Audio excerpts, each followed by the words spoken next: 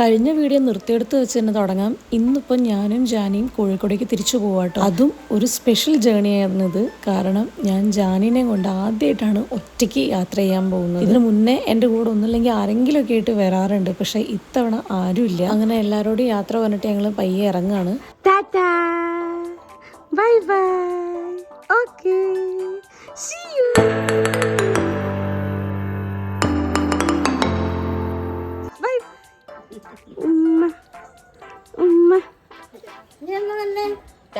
നാളെ വരാന്ന് പറ. ഋത്തുനുമ്പെടുത്താ അതാ അവള് തന്നെ ഇട്ടതാ. അങ്ങനെ വീട്ടിൽ നിന്ന് ഇറങ്ങി. ആദ്യം പറഞ്ഞ പോലെ ജാനി ഞാനും ഒറ്റയ്ക്കാണ് ഇത്തവണ ട്രെയിനിൽ പോണത്. ഞാൻ അച്ഛനോടൊന്നും വരണ്ടാന്ന് പറഞ്ഞിട്ടാണ് അവരാരും വരാത്തത്. കാരണം എനിക്കൊന്ന് ഇവളെയും കൊണ്ട് ഒറ്റയ്ക്ക് പോകണമെന്നുണ്ടായിരുന്നു. ഇതുവരെ ഇവരാരെങ്കിലുമൊക്കെ ആയിട്ട് എൻ്റെ കൂടെ വരാറുണ്ട്. പക്ഷേ ഇനി ഒന്ന് ട്രൈ ചെയ്ത് നോക്കാമെന്ന് വിചാരിച്ചു. കോഴിക്കോട് വരെ പോകുന്നുള്ളൂ, വടകരയ്ക്ക് പോകുന്നില്ല. കോഴിക്കോട് അർജു ബാങ്കിലുണ്ടാവും. അപ്പോൾ അവിടെ ചെന്നിട്ട് വീട്ടിലേക്ക് പോകാമെന്ന് കരുതി. പോകുന്ന വഴിക്ക് നല്ലൊരു ബ്ലോക്ക് കിട്ടിയിട്ട് ഈ ട്രെയിൻ മിസ്സാവുമെന്ന് തന്നെ വിചാരിച്ചിട്ടുണ്ടായിരുന്നത്. പക്ഷേ എങ്ങനെയോ അവിടെ ഓടി എത്തി. വണ്ടി പാർക്ക് ചെയ്യാൻ പോലും ചേട്ടൻ അവിടെ ബ്ലോക്കായി പോയിട്ടുണ്ടായിരുന്നു. പിന്നെ ഞാൻ പെട്ടിയൊക്കെ എടുത്തിട്ട് അവിടെ കണ്ടൊരു പയ്യൻ്റെ അടുത്ത് വേഗം ഒന്ന് എൻ്റെ പെട്ടി ഒന്ന് അപ്പുറത്ത് പ്ലാറ്റ്ഫോമിലേക്ക് എത്തിച്ചു തരുമെന്ന് ചോദിച്ചു. കാരണം ഇവളെയും കൊണ്ട് ഓടാൻ പറ്റുന്നുണ്ടായിരുന്നില്ല.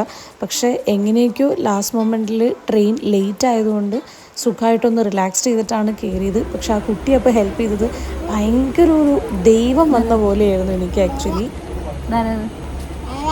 ഞാനാ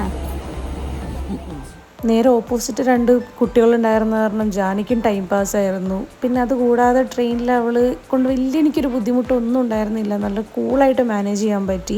എനിക്ക് ചെറിയൊരു ടെൻഷൻ ഉണ്ടായിരുന്നു, അവൾ വല്ല വാശി പിടിച്ച് എന്ത് ചെയ്യുന്നു. പക്ഷേ എല്ലാം സ്മൂത്തായിട്ട് പോയി. അപ്പോൾ എനിക്ക് ഇനിയും അവളെ കൊണ്ട് ഒറ്റയ്ക്ക് പോകാനായിട്ട് ചെറിയൊരു കോൺഫിഡൻസ് ഒക്കെ വേണമെങ്കിൽ കിട്ടിയെന്ന് പറയാം. ഇതിലും ചെറിയ കുട്ടികളൊക്കെ ആയിട്ട് ഒറ്റയ്ക്ക് ട്രാവൽ ചെയ്യുന്ന അമ്മമാരുണ്ടാവും. പക്ഷേ ഞാനിത് ചെയ്തത് എനിക്കെന്തോ ഭയങ്കര വലിയ കാര്യമായിട്ട് തന്നെയാണ് ഫീൽ ചെയ്യുന്നത്. ഇതിൻ്റെയൊക്കെ കൂടെ വേറൊരു കാര്യം കൂടെ പറയാം. ഞാൻ ഇവളെ കൊണ്ട് ഒറ്റയ്ക്കാണെന്ന് കണ്ടപ്പോഴത്തേക്കും എൻ്റെ കയ്യിലുള്ള ലഗേജ് എല്ലാം കണ്ടിട്ട് എന്നോട് ഹെൽപ്പ് വേണമെന്ന് ചോദിച്ചു ഒരുപാട് പേരുണ്ട്.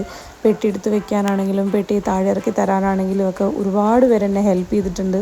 അപ്പോൾ അതും ഇതിൻ്റെ ഇടയിൽ പറയേണ്ട കാര്യമാണ്. അങ്ങനെ ഞങ്ങൾ ചെറിയൊരു ഉറക്കമൊക്കെ കഴിഞ്ഞിട്ട് കോഴിക്കോട് ഇറങ്ങി ഒരു ഓട്ടോ എടുത്തിട്ട് നേരെ അച്ഛൻ്റെ അടുത്തേക്ക് പോവാണ്. ജാനിക്ക് ഞാൻ വീട്ടിൽ നിന്ന് ഫുഡ് കൊടുത്തിട്ടാണ് വന്നിട്ടുണ്ടായിരുന്നത്. ഇടയ്ക്കൊന്ന് ട്രെയിനിൽ വെച്ചിട്ട് പാല് കൊടുത്തിട്ടുണ്ടായിരുന്നു.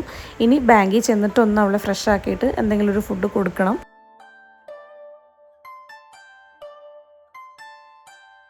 അവളെയും കൊണ്ട് ഞാൻ ഒറ്റയ്ക്ക് ആയതുകൊണ്ട് വീട്ടിൽ നിന്ന് എല്ലാവർക്കും ചെറിയൊരു ടെൻഷനൊക്കെ ഉണ്ടായിരുന്നു. അതുകൊണ്ട് ഇടയ്ക്കൊക്കെ വിളിച്ച് ചോദിക്കുന്നുണ്ടായിരുന്നു. പക്ഷേ കംഫർട്ടിന് വേണ്ടിയിട്ട് ഞാൻ എപ്പോഴും ട്രെയിനിൽ പോകുമ്പോൾ ജാനിക്ക് ഒരു എക്സ്ട്രാ സീറ്റ് ബുക്ക് ചെയ്യും. കാരണം അതാവുമ്പോൾ അവളെ ഒന്ന് ഇടയ്ക്ക് ഇരുത്താനും മടിയിലെടുക്കാനും അല്ലെങ്കിൽ ഫുഡ് കൊടുക്കാനും ഒക്കെ കുറച്ചുകൂടി ഈസി ആവാൻ വേണ്ടിയിട്ട്. അങ്ങനെ ബാങ്കിൽ ചെന്നിട്ട് അർജുൻ്റെ അടുത്ത് ചെന്നൊന്ന് അവളെ ഫ്രഷൊക്കെ ആക്കി ഞാൻ. നമ്മൾ അച്ഛൻ്റെ അടുത്ത് പോയില്ലേ? നമുക്ക് എവിടെയാ പോവാ? ടാറ്റ പോവാ.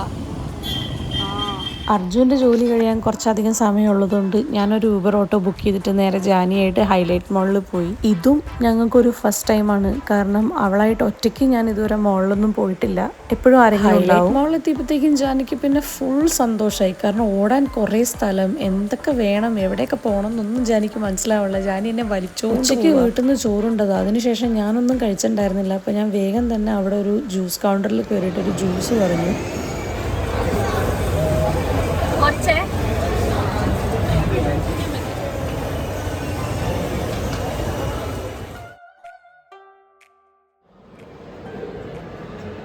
ജാനി, അതെന്താ അത്? ഇതെന്താ ഇത്? പിങ്കുവാ? വലിയ പിങ്കുവാ? സൺഡേ ആയതുകൊണ്ട് ഫിലിം പ്രൊമോഷന് വേണ്ടിയിട്ട് അവിടെ കുറേ ആക്ടേഴ്സും ഡയറക്ടറൊക്കെ വരുന്നു. കുറച്ചു നേരം ഞാൻ അതൊക്കെ ഒന്ന് കണ്ടു നിന്നു. എല്ലാം കൂടി വിളിച്ച് വന്ന് പെട്ട് അവസ്ഥയായി.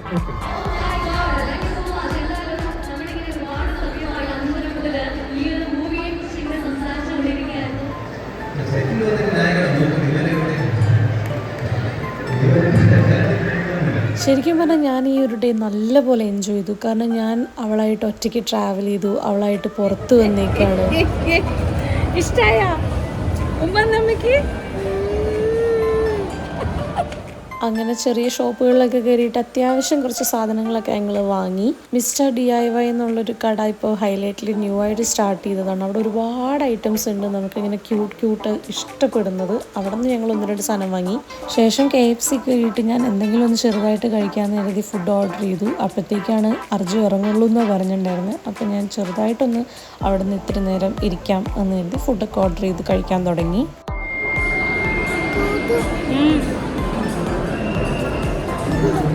ഫുഡൊക്കെ കഴിച്ചതിന് ശേഷം അർജു എത്തിയിട്ടുണ്ടെന്ന് പറഞ്ഞിട്ട് വിളിച്ചു. അപ്പോൾ ഞങ്ങളെ വീട്ടിൽ അച്ഛ താഴെ നിൽക്കുകയാണ്. അപ്പോൾ വേഗം തന്നെ ഞങ്ങൾ അവിടെ നിന്ന് ഇറങ്ങി നേരെ അച്ഛയുടെ കാറിൽ കയറി.